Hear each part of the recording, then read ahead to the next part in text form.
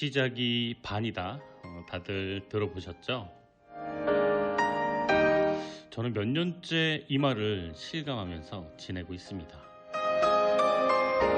매주 한 권의 책을 여러분께 소개해드리면서 딱 한 줄, 그 대본의 첫 줄이 안 나와서 며칠 고민하다가 드디어 한 줄 써내려가면 어느새 나머지 부분이 완성되어 있는 그런 경험을 하게 됩니다. 지금 혹시 용기가 없어 망설이는 일이 있다면 우선 그냥 시작해 보는 게 어떨까요? 안 하면 후회하지만 일단 시작하면 어떻게든 흘러갈 테니까요. 내 인생의 명작, 저는 김하준입니다.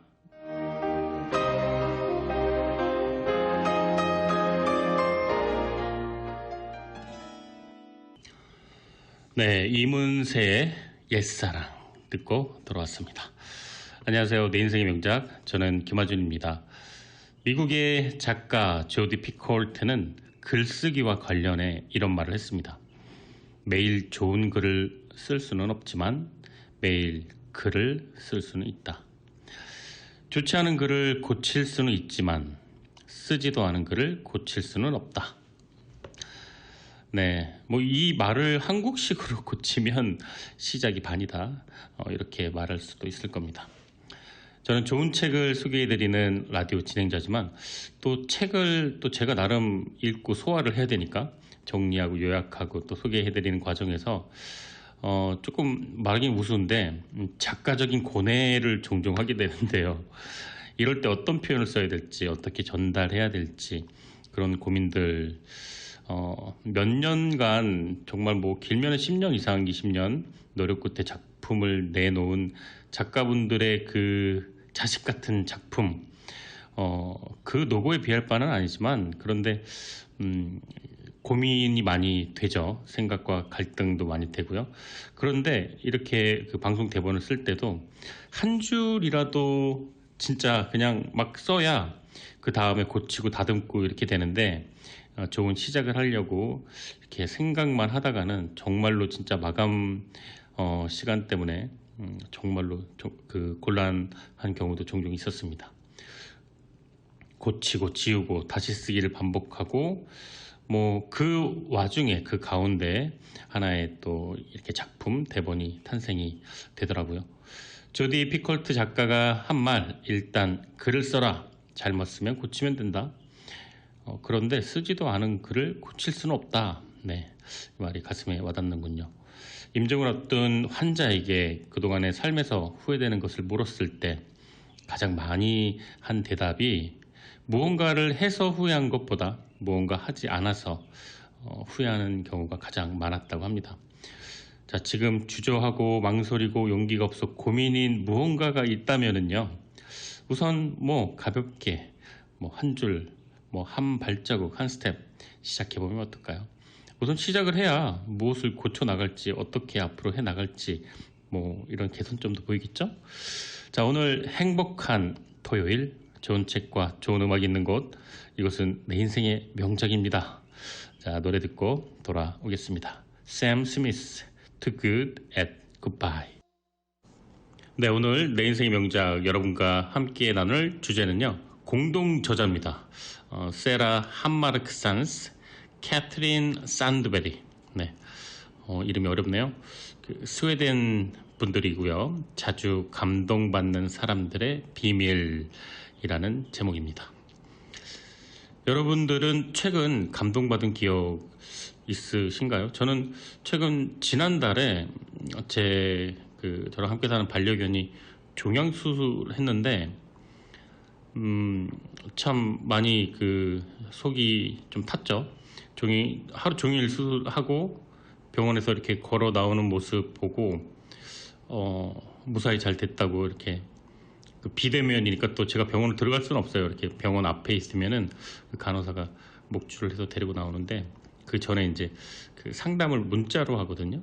근데 잘 수술했다고 이렇게 문자가 오고, 이 걸어 나오는 모습을 보는데 진짜 울컥하더라고요. 감동스럽고. 그래서 집에 가가지고 그날 즉석 삼계탕 있죠, 땡땡고. 네, 요즘 미주에서 아주 인기죠. 비땡고. 네. 끓여가지고 이제 가슴살 부분을 줬는데 그냥 뭐 당분간 식욕이 없을 거라 그러던데 그냥 바로 원샷 하던데요. 전 그 주에 종양 진단 받고 우리 이 반려견이 참 잘 회복한 모습, 물론 참 비용은 좀 들었는데 참 감동이 많이 됐던 기억이 있고요. 또 종종 제가 사는 집 앞에 그 마당의 데크에 가면은요, 늦은 밤 하늘을 바라보면 별이 그렇게 보여요. 제가 뉴저지 팰리세이드 파크에 살고 있는데 의외로 하늘에 별이 좀 있습니다. 그쪽이. 네. 좋아요, 살기가. 네. 한인분들도 많이 계시고. 사실 살면서 감동받는다는 게 그렇게 뭐 쉽게 자주 일어나는 일은 아닐 텐데, 근데 감동은 우리 삶에 어떤 쓸모가 있을까, 이런 연구를 한 스웨덴의 2명의 여성이 있습니다. 그 2명의 그 저널리스트와 또 기자가 책을 출간했는데, 아름다운 경험이 우리를 더 강하게 만든다는 경험으로 취재를 하고 책을 집필하게 된 이 작가들은 생각을 했습니다. 모네의 그림 앞에서 탄성을 지르는 사람, 쇼팽의 왈츠를 들을 때마다 발끝이 땅에 붕 뜨는 사람, 사랑하는 사람을 껴안을 때면 그 감각을 온몸으로 느끼는 사람, 길가에 핀 꽃 한 송이에서 우주를 느끼는 사람. 매일 똑같은 하루, 평범한 일상 속에서 매번 감탄하고 전율하는 사람들은 무엇이 다를까? 같은 길을 걸어도 다른 세상을 보는 사람들의 비밀은 대체 무엇일까? 작가들은 고민을 했습니다. 그리고 그들은 감동이 인간에게 주는 힘, 피로, 우울감, 무기력, 이런 것들을 무찌르는 감동의 힘에 대해서 책에서 얘기합니다. 햇살 한 줄기에도 감동할 수 있다면 우리는 매일 새로운 기적을 만들 수 있다고 저자 2분은 얘기합니다. 자, 여러분 이제 감동받을 준비 되셨나요? 자, 감동하면 어떤 노래가 좋을까? 제가 곰곰이 생각한 끝에 왜 이 노래를 제가 선곡했는지 답을 내리긴 어려운데 한번 들어보시죠. 박인숙, 이동훈 씨가 부르는 향수 함께 듣겠습니다. 어느 날 저녁, 2 부부가 식사를 마친 후 한가롭게 산책을 합니다. 길을 걷다가 길가에 핀 아름다운 꽃을 보고 아내가 말합니다. 잠깐만, 여보, 이 꽃 좀 봐요. 정말 이쁘지 않아요? 어떻게 이렇게 작고 이쁜 꽃이 길가에 피어났을까요? 그러자 퉁명스럽게 남편이 한마디 합니다. 아니 뭐 그 새삼스럽게 길가에 꽃 하나 가지고 뭐 저녁 먹은 거나 다 소화됐으면 이제 그만 집으로 갑시다. 네. 연기가 오늘 조금 부족하네요. 제가 사실 그 백신 오늘 어저께 모더나 2번째 맞았는데 식은땀이 나면서 조금만 이해를 부탁드리겠습니다. 죄송합니다. 근데 뭐 이 백신 핑계를 댔는데 원래 기본적으로 연기를 제가 또 잘 하지는 못하고요. 연습하겠습니다. 이 실화는 아니고요. 이제 한번 제가 상황극을 해봤는데 실화일 법한 얘기죠. 네. 참고로 위키백과에서 찾아봤는데요. 제가 2020년을 기준으로 대한민국 평균 수명이 남자 80세, 여자 86.5세로 나옵니다. 네, 이 2020년도 전 세계 224개국 중에 최장수 국가가 일본이고 2등이 한국입니다. 대단합니다. 네. 그 한국 음식 진짜 좋아요. 제가 그 설아미 씨 방송 며칠 전에 들었는데, 그래도 설아미 씨가 공연하고 그럴 때 그 한국 음식을 뭐 하루에 한 끼, 이틀에 한 끼라도 안 먹으면 아무런 뭐 기운이 안 난다고 그러는데 정말 이해가 갑니다. 어릴 때 부모님이 주셨던 그 집밥에 비슷한 재료라도 먹으면, 물론 부모님이 이렇게 해주시면 좋겠지만 뭐 다 그게 가능한 건 아니니까요. 정말로 이해가 많이 가더라고요. 공감 100% 했습니다. 그렇게 수명이 높은데 왜 여자는 86.5세고 남자는 80세가 그래도 70세에서 뭐 몇십 년을 있다가 80세까지 되긴 했는데 남자가 이유가 뭘까요? 그 수명의 차이가 뭘까요? 많은 원인과 요소가 존재하겠지만 이 책에서는 정말로 감동이 주는 인간의 신체와 정신의 변화를 얘기하면서 그 인간의 남자와 여자 그 다음에 어떤 국가별로 그 감동에 관련된 받아들이는 그 자세에 대한 이야기도 나오게 됩니다. 보통 뭐 다 그런 건 물론 아닙니다. 여자분들이 조금 더 작은 것에 기뻐하고 감동을 많이 느끼고 좀 덤덤한 편이죠. 남자분들은 물론 또 다 그런 건 아니지만 저는 조금 자주 감동받는 편이에요.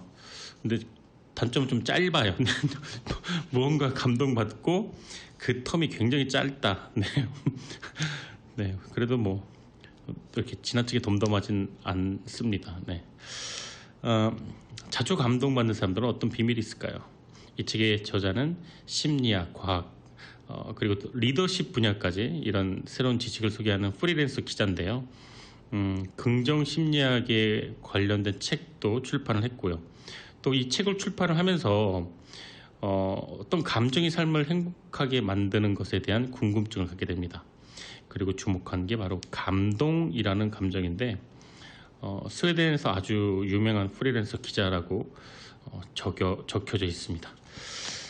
우리가 감동에 빠진 순간 우리 몸에서는 어떤 변화가 일어날까요? 과연 감동은 우리 삶에 왜 중요한 걸까요? 이 책에는 뇌과학, 심리학, 철학을 넘나드는 감동의 이야기가 있습니다. 그 비밀이 있습니다.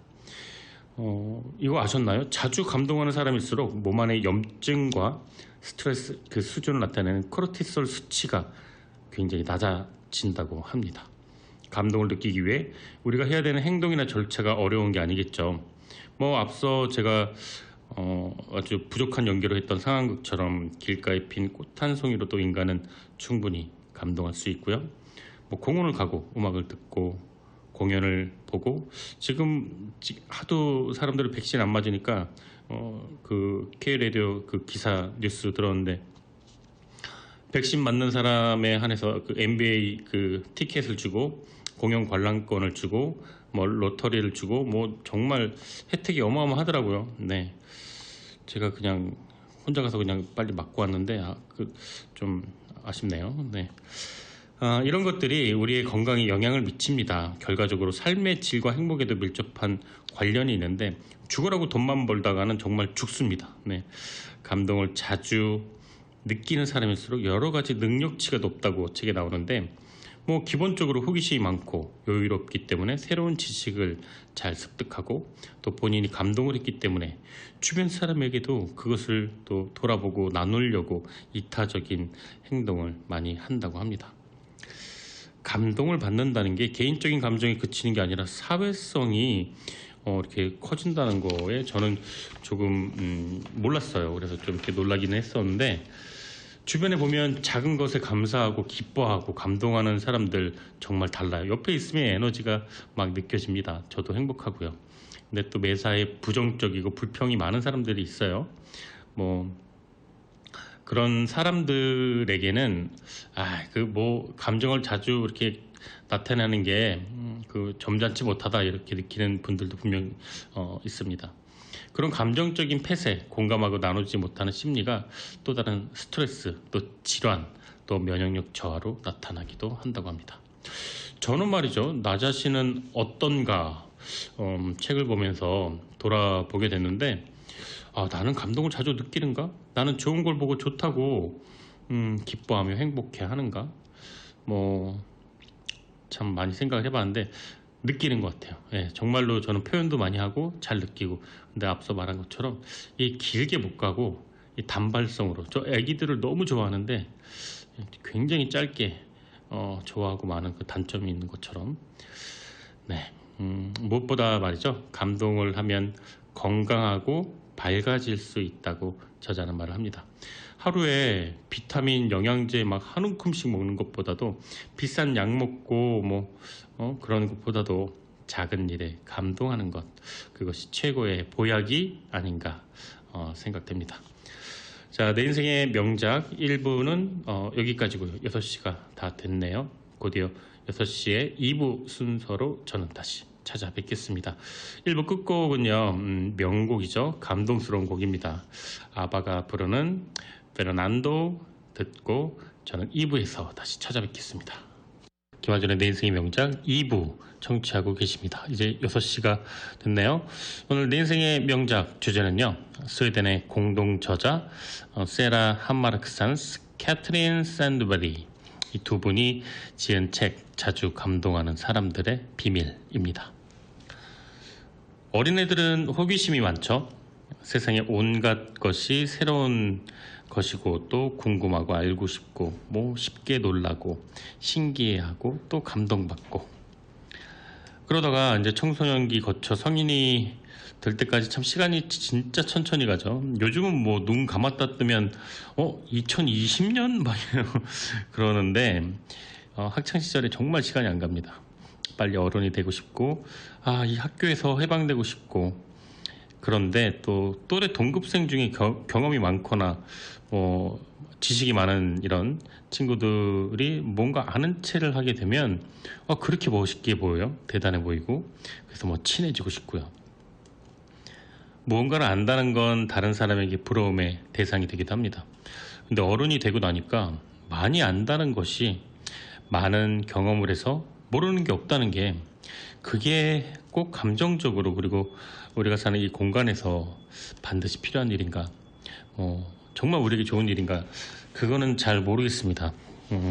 별이 왜 빛나게 되는지 과학적으로 이해를 하고, 왜 명절 때 시장 물가가 비싸지는지, 부고포랑 명태포는 왜 싹 다 자취를 감추게 되는가,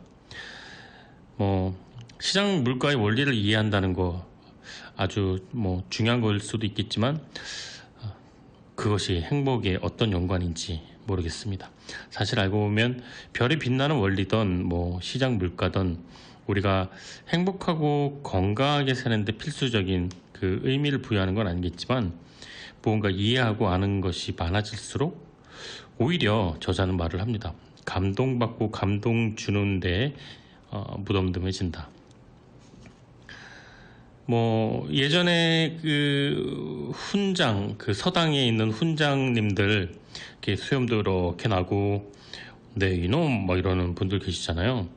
그럼 기뻐하고 슬퍼하고 그러지를 않아요. 늘 근엄하고 늘 이렇게 딱 한복 입으시고요. 이렇게 아주 절제하고 그러시는데, 제가 얼마 전에 되게 놀랐던 게 그 서당의 훈장님 예전에 그 나이가 평균 30대였다고 합니다. 40대만 넘어가도 이제 은퇴할 나이라고 하는데, 30대에 그렇게 웃음을 잃어버리고 훈계를 두기 시작하면 이 아름다운 세상에서 별이 빛나는 원리도 중요하겠지만, 반짝이는 별을 비면서 소원을 이렇게 별을 보며 소원을 빈다거나, 또 아름다운 밤하늘에 감사를 느낀다거나, 또 명절 물가는 비싸졌지만 철없다고 할 수는 있겠지만 동그랑땡을, 우리 엄마표 동그랑땡을 원 없이 먹을 수 있다는 기대와 설렘을 또 생각한다거나, 모르겠습니다. 어떤 것이 더 행복한지, 만족이 큰지요. 이 책에서 강조하고 있는 부분이 있습니다. 감동받기 위해 거대하고 거창하고 엄청난 걸 기대하거나 계획할 필요는 없다.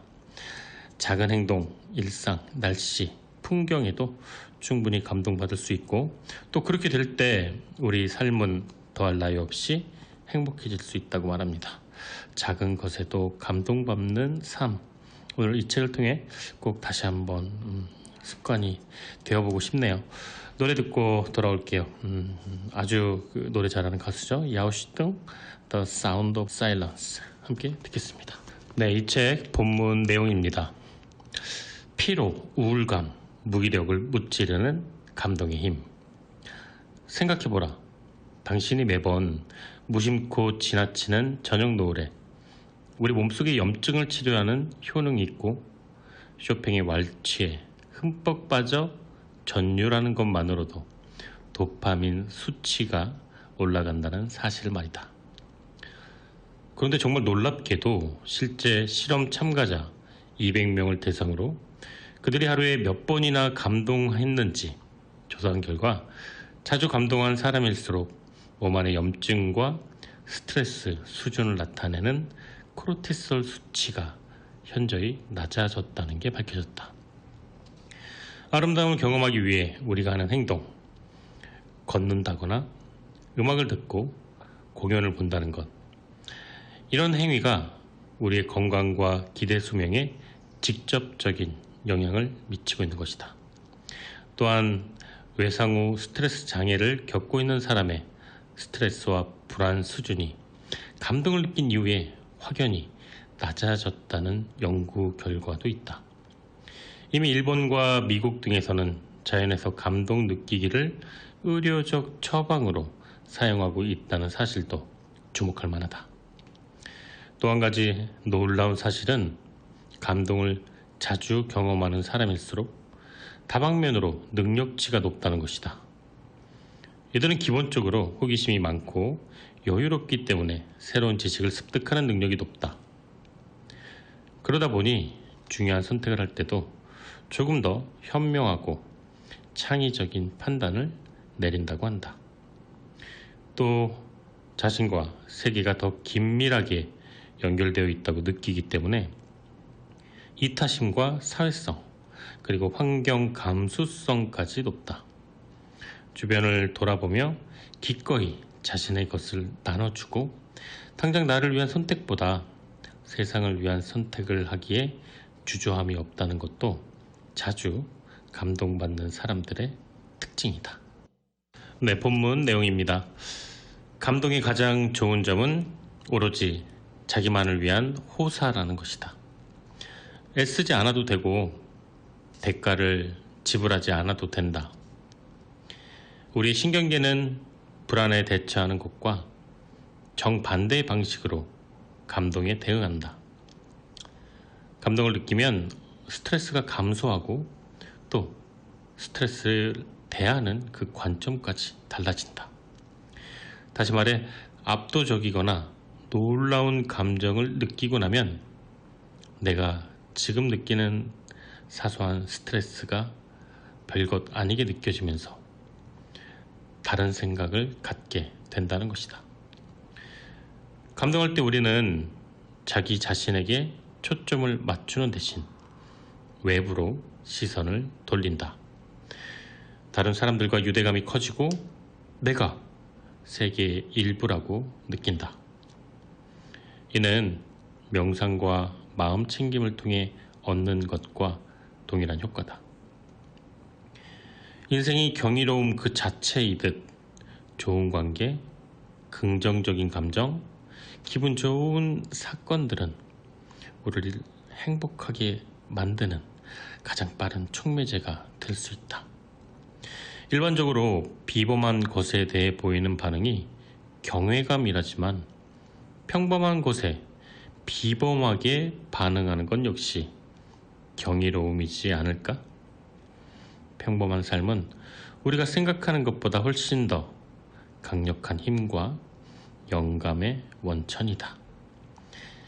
최근 연구에 따르면 한 달에 여러 번 예술을 감상하거나 연극을 관람한 사람들은 예술과 연극에 전혀 관심 없는 사람들보다 사망할 확률이 31%나 줄어드는 것으로 나타났다. 나이아가라 폭포까지 굳이 애써 찾아갈 필요는 없다. 일상 속에 아주 평범한 것들에도 감동을 불러일으키는 요소는 충분하다. 해는 매일 진다. 흐린 날에도 바람은 여전히 나무를 흔들고 미술관이 문을 열고 당신을 기다리고 있다. 책에 소개된 사례입니다. 직장인 B씨는 요즘 자신만 빼고 모두가 앞서가고 있다는 불안감에 휩싸이고 있다. 너무나 빠르게 변화하는 세상에 잠시라도 멈추면 한없이 뒤처질 것 같고 시도 때도 없이 울리는 SNS 알람은 지금보다 더 나은 삶을 전시하라 재촉하는 것 같아 조급하고 불안하다. 그때 B씨는 우연히 마주한 저녁 노을 앞에서 온몸을 휘감고 있던 긴장감과 불안감이 탁 하고 풀어지는 것을 느꼈다. 그 이후부터 그는 조급해질 때마다 노을을 바라보며 여유를 되찾고 있다. 외상 후 스트레스 장애에 시달며 코카인과 술로 하루하루를 버티던 참전용사 A씨는 친구의 제안으로 플랫와이언즈 산맥을 등반했다. 그곳에서는 오로지 밧줄을 단단히 붙잡고 벼랑에서 가장 안전하게 발을 디딜 수 있는 곳을 찾는 데에만 집중할 수밖에 없었다. 간신히 안전한 곳에 다다라 아래로 펼쳐진 넓은 초원을 바라다보는 순간 그는 강렬한 감동을 받았다. 자기의 문제가 굉장히 작게 느껴졌고 그 지긋지긋한 트라우마에서 한 걸음 더 멀어질 수가 있었다. A씨는 3년 전 그랜드 캐년을 다녀온 이후로 세상을 바라보는 관점이 바뀌었다. 그랜드 캐년의 웅대한 절벽과 경이로운 색감의 암석들을 본 순간 자신은 그저 거대한 무언가의 일부라는 생각이 들었다. 그리고 세상 사람들에게 우리가 함께 돌봐야 할 세계가 있다고 알려야겠다는 사명감이 생겼다. 한국으로 돌아온 그는 환경 문제에 관심이 많아졌고 적극적으로 목소리를 내기 시작했다. 감동을 하게 되면 사람들은 어떤 대상에 감동하게 된다. 나 자신에게 감동하기란 어려운 일이겠지만 보통 다른 것들을 보며 다른 사람들을 보며 감동하게 된다. 그래서 우리는 감동할 때 초점이 나 자신에서 외부로 시선이 옮겨지게 된다. 그리고 나는 아주 작은 이 거대하고 아름답고 감동스러운 세상의 일부라고 느끼게 된다. 세상에 내가 가진 고민보다 아픔보다 고통보다 그걸 뛰어넘는 감동스럽고 위대한 것들이 있음을 느낄 때 우리는 인생의 경이로움을 느끼고 그것을 삶에 반영할 수 있게 된다. 근데 이 책에서 안내하고 있는 자주 감동할수록 특별해지는 9가지 능력 소개해 드리겠습니다. 염증 완화. 몸 안의 염증이 사라진다. 스트레스 감소. 삶에 나를 지긋지긋하게 괴롭히던 그 스트레스가 사소한 것처럼 느껴진다. 시간 활용. 더 나은 결정을 내릴 수 있다. 학습 능력. 지식을 적극적으로 습득한다. 호기심. 더 많은 기회를 발견한다. 이타심. 자기중심적 사고에서 벗어난다. 사회성. 타인을 열린 마음으로 대한다. 삶의 만족감. 하루하루가 가치 있다고 느낀다. 환경 감수성. 자연을 더욱 아끼고 보존하게 된다. 네, 감동을 한다는 거는 이런 엄청난 만병통치약이네요. 저자가 마지막에 정리한 차트인데 정말 그 감동을 한다는 것이 실질적으로 물리적으로 육체적으로 우리에게 보여지는 눈으로도 이게 이렇게 엄청나게 많이 있습니다. 또 친절한 저자들이 전해주는 그 감동에 대한 글이라서 그런지 이렇게 책 한 권을 다 읽고도 이렇게 좀 정리가 안 될 수도 있고 또 이렇게 그냥 지나쳐 버릴 수도 있는 부분을 마지막에 이렇게 요약까지 하면서 우리가 조금 더 독자가 조금 더 감동할 수 있게 이렇게 정리를 해놨습니다. 그리고 또 감동 훈련법이 있어요. 네, 아주 친절하게요. 그 감동 훈련법이 대단한 건 아니고요. 책에 나온 내용은 하루 한 번 꼭 산책하기, 하루 한 번 꼭 하늘을 올려다보기, 하루 한 번 감동의 글 한 줄 읽기. 하루 한 번 내가 느낀 감동을 기록하기. 뭐 대단한 건 아니라고 할지라도 정말로 실천해 보면 좋을 일상에서의 감동 찾기 연습인 것 같습니다. 진짜로 한번 실천을 꼭 해봐야 될 것 같아요. 산책은 늘 반려견이라 하루 한 번, 두 번 하고 있고, 하늘을 잘 올려다 보는지는 모르겠어요. 수시로 보는데 좀 이렇게 그래도 한 번도 하늘을 올려다보면서 뭐 원망을 느껴본 적은 없었던 것 같아요. 확실히 하늘을 보면 뭔가 기분이 확 트여지면서 좋아지는 걸 느낍니다. 뭐 감동의 글을 읽는다는 거는 저는 뭐 매주 읽고 있고 또 노래도 듣고 있고요. 감동을 기록하기에는 조금 제가 미흡한 것 같네요. 감동을 기록하다기보다도 뭐 메모는 많이 하는 편인데 감동으로 조금 더 초점을 맞춰 봐야 될 것 같습니다. 자, 실천해보면 정말 좋은 일상에서의 감동 찾기 연습. 한번 해보면 좋을 것 같습니다. 노래 듣고 돌아오겠습니다. 조엠 바이즈가 부르는 곡 Forever Young 함께 듣겠습니다. 감동에 빠지는 순간, 우리 몸에서 일어나는 놀라운 변화, 그것은 감동 그 이상을 준다고 저자는 말합니다. 감동은 여러 형태로 찾아오죠. 근데 뭐 사실 감동 뭐 이런 말이 거창해서 그렇지, 감동의 정의를 좀 달리하면은 우리 주위에 느낄 수 있는 감동 사례는 굉장히 많을 것 같아요. 지는 해를 바라보며 편안해지는 기분, 그럴 때 또 저녁에 된장찌개 먹을까? 내일 뭐 입고 출근하지? 이런 거 말고 그냥 오롯이 그 감정을 느끼는 것이죠. 노을에 젖어드는 내 마음에 집중하는 것.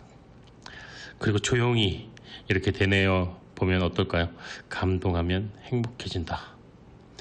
감동하면 건강해진다. 감동하면 오래 산다. 저자가 앞서 열거한 9가지 감동할수록 특별해지는 인간의 9가지 능력처럼 말이죠. 거기 첫 번째 이렇게 나오잖아요. 몸 안에 염증이 완화된다고요. 감동을 하면. 모든 병의 근원이 염증이라고 합니다. 그래서 저도 알았어요. 코로나 때문에 그 염증, 몸 안에 있는 염증에 관련된 이런 기사를 많이 접하게 됐는데, 그게 면역력을 좌우하는 아주 중요한 요소라고 합니다. 감동하는 사람한테는 그 몸 안의 염증이 아주 현저히 낮아진다는 연구 결과를 저자는 말을 합니다. 그러면 누군가는 또 이렇게 말을 할 거예요. 요즘 근데 감동할 게 별로 없어. 뭐 그럴 수도 물론 있겠지만, 누군가는 생일 축하를 100명에게 받아도 그런데 뭐 그 김씨는 안 왔나? 막 이렇게 한두 명 안 온 거에 서운해하기도 하고, 또 누군가는 100명이 아니라 한두 명이 모여 축하를 해줘도 눈물을 흘리는 것처럼 내가 가진 걸 고마워하고 당연히 여기지 않는 것, 그게 바로 감동의 시작을 알리는 자세 아닐까 생각이 듭니다. 저도 얼마 전에 그 생일이었는데, 요즘 시국도 그렇고 뭐 집에 있었는데 연락이 없던 지인분들에게 오랜만에 인사받으면서 그날 아침에 일어났는데, 빨간색이 그 카톡 일자가 쫙 이렇게 줄지어 있는 걸 보고 처음이거든요. 그걸 보니까 되게 감동스럽더라고요. 만날 수는 없지만 이렇게 소식을 뭐 축하해 이러면서 소식을 전한다는 것 자체가 너무 기뻤던 기억이 납니다. 여러분은 언제 어떨 때 감동 받으시나요? 이렇게 꼭 물어보고 싶었어요. 이 책을 소개받은 이후에 여러분은 감동에 대한 생각이 조금 달라지셨나요? 작은 것에 감동할 준비가 되셨나요? 감동을 받기에, 감동을 찾기에 늦은 때란 없습니다. 또 감동스러운 노래 한 곡 듣고 올까요? 어느 60대 노부부 이야기, 김광석이 부릅니다. 우리가 일상을 살면서 감동을 잘 느끼지 못하는 이유는 무엇일까요? 내 주위에 나를 너무나도 많이 지극히 끔찍히 사랑해주는 가족이 있습니다. 직장에서 인정받고 잘 나가고 있습니다. 주위 사람들과도 사이좋고 원만하게 잘 지냅니다. 그리고 올해 초에 새로 뽑은 차는 우아하고 힘차게 잘 나가고 또 이렇게 겉모습까지도 아주 너무나도 멋있습니다. 그런데 왜 이 감동이 금방 사그라들거나 왜 감동을 받지 않을까요? 그건 바로 우리는 감동에 또 칭찬에 행복해하고 또 그만큼이나 바로바로 무뎌지기 때문이라고 하는데요. 아름다운 노을에도 상냥한 친절에도 어느 순간 우리는 당연히 그런 것에 익숙함으로 받아들여서 감동보다는 일상이 되고 당연함이 되기 때문입니다. 자, 그럼 감동이 일상이 되면서도 그 일상에서 매일 감동을 느끼는 방법은 무엇이 있을까요? 새로운 감동을 찾는 것, 사랑하는 사람의 손편지, 또 기대하지 않았던 친구에게 전해준 선물, 깜짝 파티, 승진 보너스. 근데 뭐 이런 대단한 게 아니라 오늘 방울토마토가 먹기 좋게 붉은색으로 변했네. 이거 세차하러 가려고 했는데 소나기가 내렸네. 또 한술 더 떠서 소나기가 내리자마자 해가 뜨면서 바람까지 불어줘서 손세차 헝겊으로 수건으로 타월로 깨끗하게 물기까지 제거한 효과가 난다든지. 어쨌든 우리 주위에 눈에 힘을 주고 감동을 찾기 시작하면은 그때부터 우리 눈에는 감동스러운 것들이 기계적으로 발견될 겁니다. 예전에 어느 TV 방송에서 연예인이 나와서 이런 말을 한 게 기억나요. 저는 사회 부조리나 부정부패를 보면 못 참아요. 꼭 신고를 하거나 그럴 수 없는 상황이면 제가 직접 나섭니다. 그런데 신기한 게 꼭 저한테만 그런 일들이 일어나요? 아니면 제 주위에서라든지 말이죠. 네, 맞습니다. 그 연예인은요, 부정부패 척결에 사회 부조리를 색출해내는데 온 에너지와 세포가 집중되어 있었던 것이겠죠. 우리 주변에 그런 사람들 많이 있습니다. 뭐 사건 사고에 자주 휘말리거나 보험 관련 사고에 또 자꾸 연루되거나 또 그런 분들이 자꾸 그런 에너지를 내고 있는 게 아닌가, 또 그런 상황들을 본인이 끌어당긴 게 아닌가. 이거는 과학적이지도 않고 일반적이지도 않지만 제가 한번 말씀드려 보는 겁니다. 물론 정말 여러 가지 이유가 있겠지만 내가 감동하기 위해 집중과 에너지를 모으다 보면은요, 어느 순간 부정부패나 사건 사고가 눈에 보이지 않고 내가 감동할 것들이, 내가 무심코 지나갈 수도 있었던 것에서도 감동할 것들이 눈에 띄게 되지 않을까요? 내가 가지지 못한 것에 집중하기보다 가진 것에 집중할 때 고마움과 감동과 행복 지수는 훨씬 더 높아진다고 저자는 말하고 있습니다. 감동하는 사람들의 비밀, 이 책의 제목인데요. 이런 거 아닐까요? 내가 가진 걸 감사하고 작은 감동을 찾는 일상. 그 사람들의 비밀은 아마 더 행복한 삶을 누리는 것이 아닐까 생각됩니다. 자, 또 감동스러운 노래 한 곡 듣고 오셔야죠. 비지스가 부르는 곡입니다. How can you mend a broken heart? 네, 여러분은 지금 매주 토요일 저녁 5시 30분부터 7시까지 방송되는 좋은 책과 좋은 음악이 있는 곳, 김하준의 내 인생의 명작 청취하고 계십니다. 오늘 내 인생의 명작 주제는요, 스웨덴의 공동 저자입니다. 세라 함마르크산스, 캐트린 샌드버리. 네, 이 두 분의 저서 자주 감동받는 사람들의 비밀. 네, 이었습니다. 자주 감동받는 사람들의 비밀은 무엇일까요? 네, 내가 가진 것을 감사하고 또 작은 감동을 찾는 일상을 보내는 사람들은 더 행복하고 더 건강하고 더 남을 배려하며 살게 된다는 것. 네, 여러분들도 이번 한 주 더 많이 감동하는 한 주가 되기를 바랍니다. 이제 한 주 시작할 때 말이죠. 이제 내일 일요일, 월요일 이제 더 감동으로 가득 찬 한 주 보내게 되시길 바랍니다. 어떻게 보면 지금 우리가 뭐 백신 1차 맞고 2차 맞고 다들 그러죠. 이것도 정말 작년 생각해 보세요. 감동 아닌가 생각이 듭니다. 자, 오늘 마지막 곡입니다. 센타 에스메랄다 You Are My Everything, 이거 끝곡으로 들으시면서요 저는 물러가겠습니다. 지금까지 내 인생의 명작, 저는 김하준이었습니다. 다음 주에 다시 찾아뵐게요. 감사합니다.